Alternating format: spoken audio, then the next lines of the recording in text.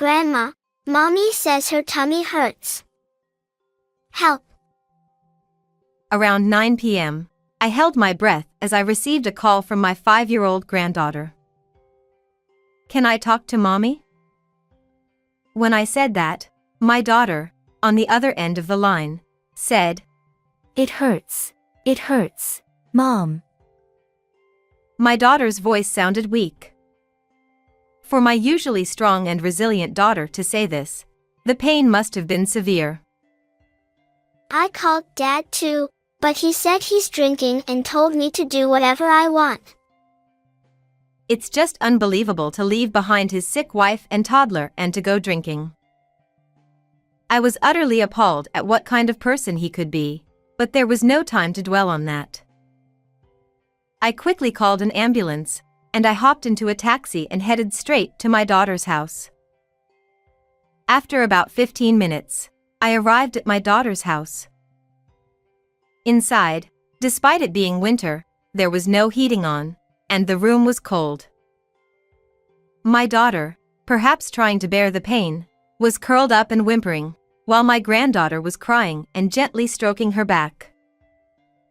"Hang in there," I said, embracing my daughter, and she whispered, "Please take care of my child."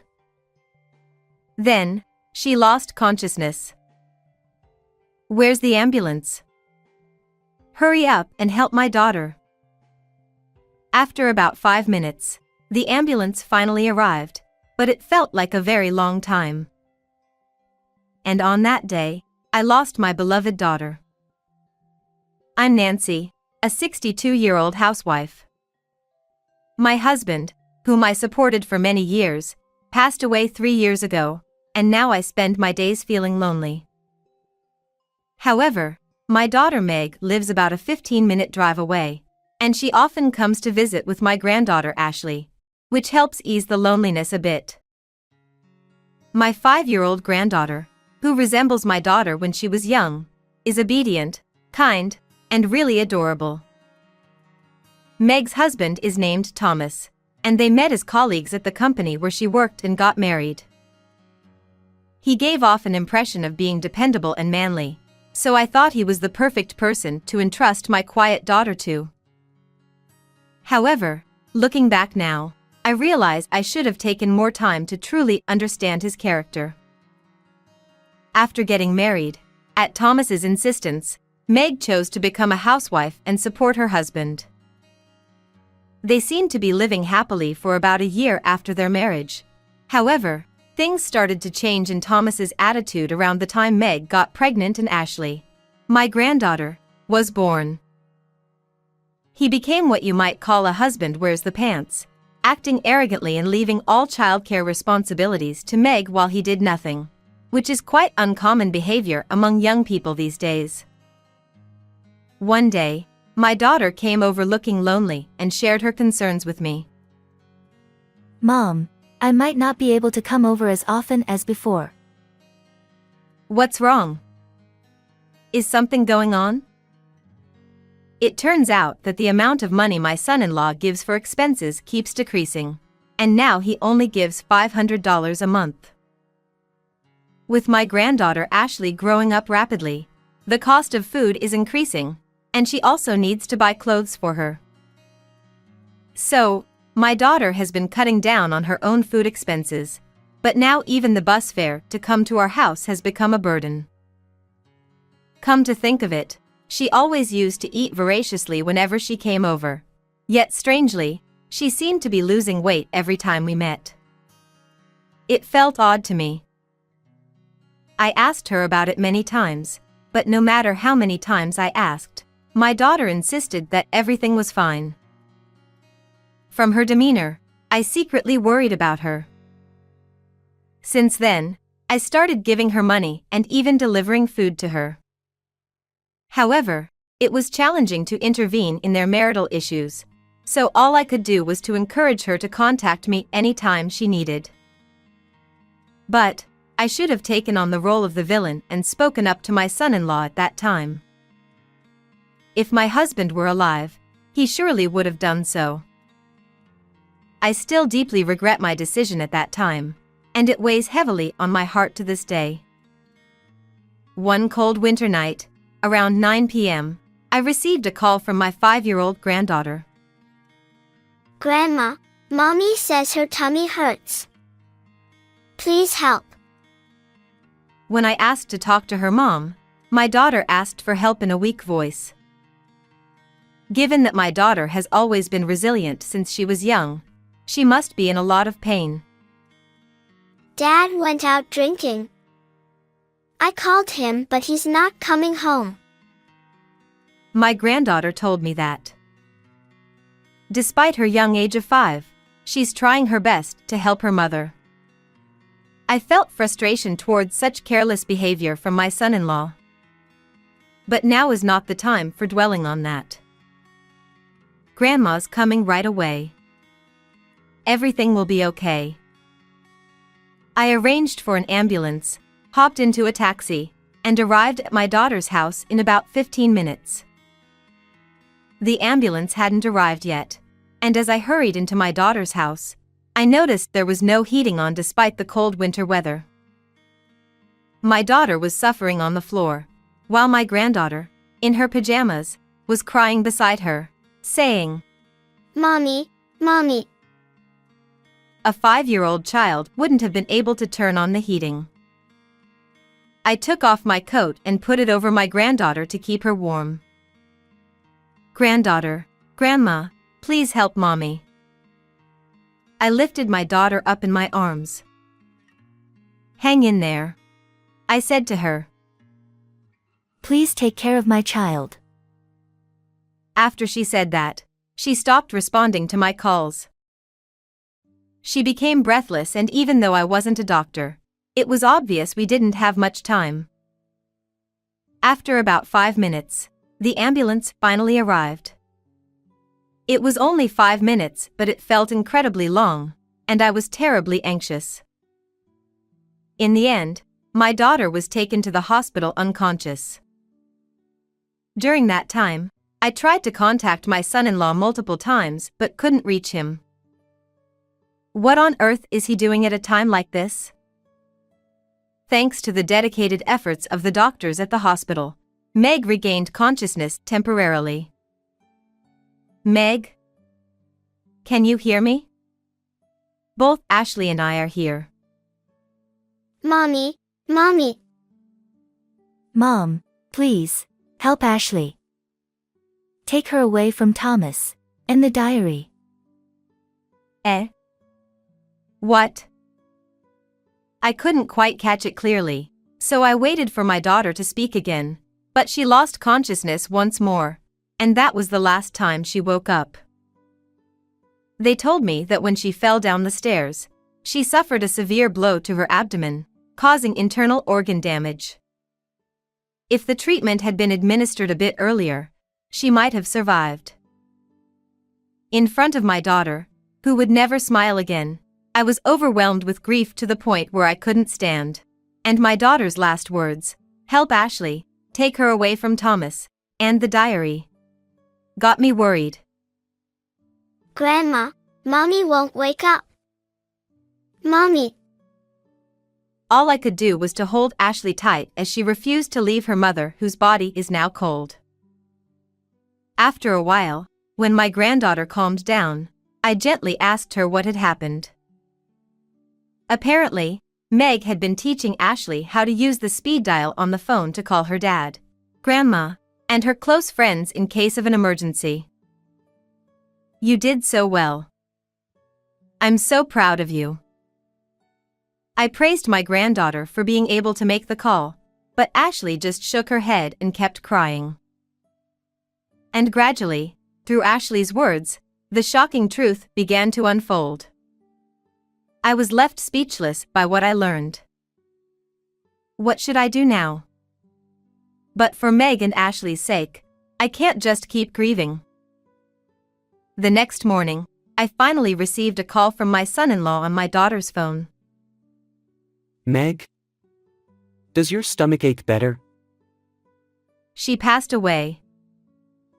Huh? Did she? Is this Nancy? Are you saying Ashley passed away?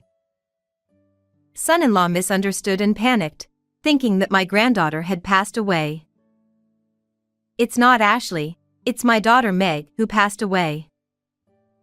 When I told my son-in-law, he was momentarily surprised, but then he muttered.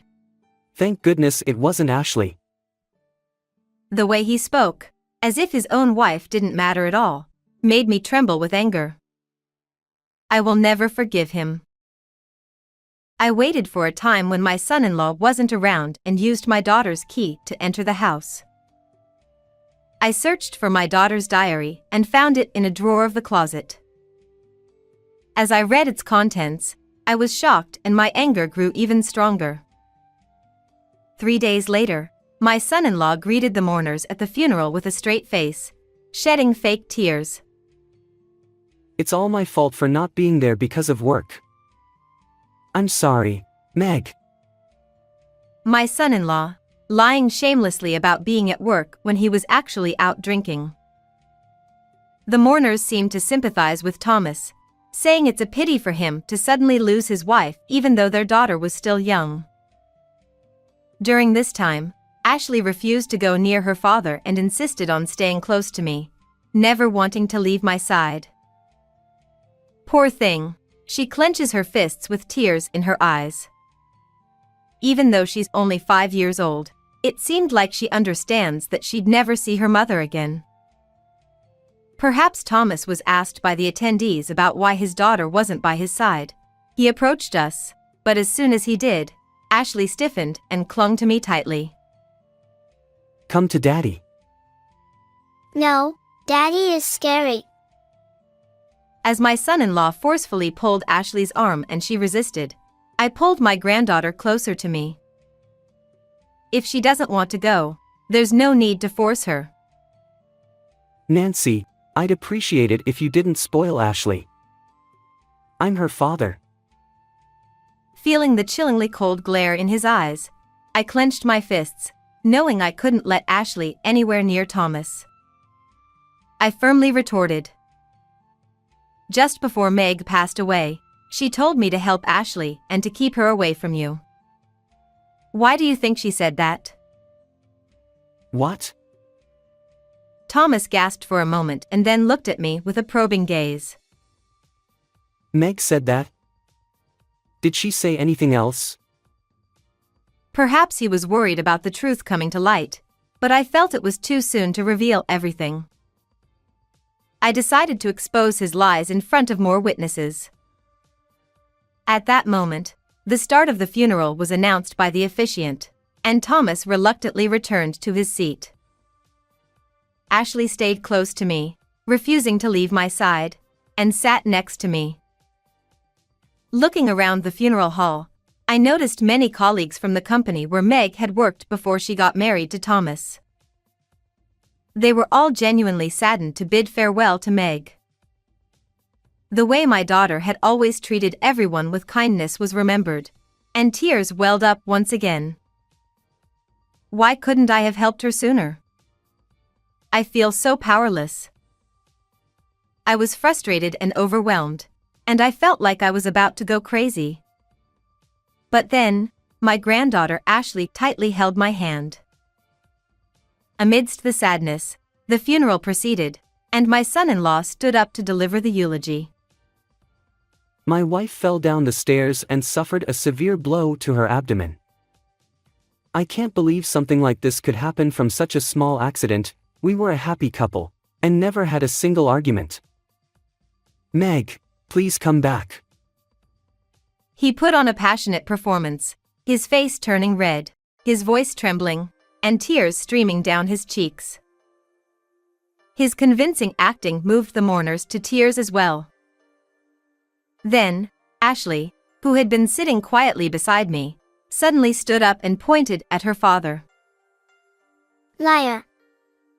Wasn't it Daddy who kicked Mommy's tummy? Ashley clenched her lips tightly, glaring at Thomas, but tears streamed down her cheeks. Huh? What's going on? But he said she fell down the stairs, right? There was a murmur among the mourners. It was understandable. What Ashley had just said was completely different from what Thomas had told us. Suddenly faced with this unexpected turn of events, everyone seemed bewildered. Thomas, in response to Ashley's words, hurriedly tried to cover up the situation.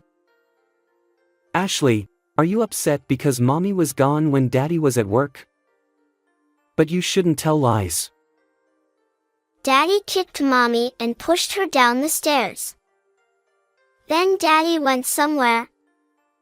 After that, Mommy cried saying her tummy hurt. Really, really hurt. Yeah, that's right. Mommy's tummy hurt when Daddy wasn't there, so it's not Daddy's fault. I called Daddy to help Mommy, but he said he was drinking and told me to do whatever I want. So, I called Grandma. Ashley, don't say anything more. Thomas, noticing the rising voices of condemnation from the attendees, hurriedly approached Ashley and tried to forcibly silence her. I stood in front of my granddaughter and glared at Thomas. Old lady, stay out of this. Back off. He tried to push me aside, but I pulled out a notebook in front of him. It was Meg's diary. In this diary, it's written what you have done. Everyone, please listen. As I sought permission from the attendees to start reading, Thomas tried to intervene, but some of Meg's colleagues restrained him. I borrowed the microphone from the host and began reading meticulously, ensuring not to miss a single word. There, it was passionately detailed how she had been subjected to verbal abuse from her husband on a regular basis, how she had not been provided with adequate financial support, and how she had been suffering. Additionally, it was written that whenever Thomas was in a bad mood, he would hit or kick her, resulting in constant injuries.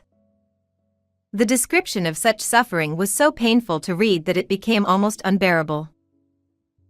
It seems that Meg wanted to divorce, but even if she wanted to, Thomas threatened her, saying he would never let go of Ashley, leaving her unable to do anything. At the end, there were words written with trembling hands. It hurts. Mom, help me. I couldn't stop crying. The harrowing contents of the diary prompted cries that sounded almost like screams from Meg's close acquaintances. Meg had endured this in silence, unable to confide in anyone about the truth. Shut up. I was just disciplining my wife. It's Meg's fault for not being able to handle household chores properly while raising the child. Didn't you use her as a punching bag for your stress? I know you didn't even provide enough living expenses. I was giving her $500 a month. It's Meg's fault for not being able to manage it. You can't live on just that. She was even sacrificing her own meals, yet you were doing whatever you like. It's my money, so I can go wherever I want, right? Only $500 for living expenses. Hitting and beating as discipline? Was he in a pub? There's a murmur spreading among the people around, and everyone is giving Thomas suspicious looks, whispering to each other. He started to lose control, and then he exploded. I'm not at fault, I'm telling you. I just gave her a little kick, and she fell down the stairs on her own. You're admitting to it yourself, aren't you? I don't know. I went drinking right away, and I wasn't there when she died, wasn't I? If you had taken her to the hospital immediately, she might have been saved. I'll never forgive you. With no one siding with him, Thomas began to cry pitifully. Someone among the attendees must have made a call, as the sound of police sirens echoed through the venue. Thomas tried to run away in a panic, but he was restrained by relatives and handed over to the police. You did so well, Ashley. I said as I hugged Ashley, who was sobbing uncontrollably. The police, after examining my daughter's body before burial, found evidence. Taking a life is a serious crime, and given Thomas's lack of remorse, it's unlikely he'll be released from behind bars anytime soon. Ashley is now living with me. My granddaughter is gradually regaining her composure and we're starting to see her smile again. It's heartening to see Ashley's smile, and I'm focusing on improving my health every day to ensure I can raise her well. I would like to live a peaceful life with Ashley from now on.